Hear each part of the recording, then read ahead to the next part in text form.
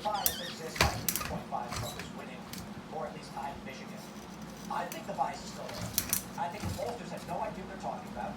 When, a really good example of the bias is Stephen Marsh. Respect the guy, but he's wrong. He wrote the book on the next Civil War. He wrote a book called The Last Election with Andrew Yang. We've had him on a couple times.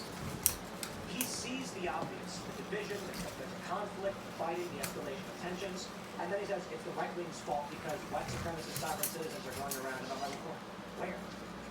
When? Where is the news of these stories? Where is the great marches? Because they're not happening.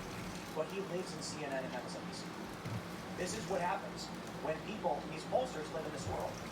So the other question I wanted to ask is, who's getting polled? We never see this, and you never will because they only poll 1,000. I'll sit down and come back. Betting markets say a lot more about the wisdom of the crowd. The betting markets say Donald Trump is going to win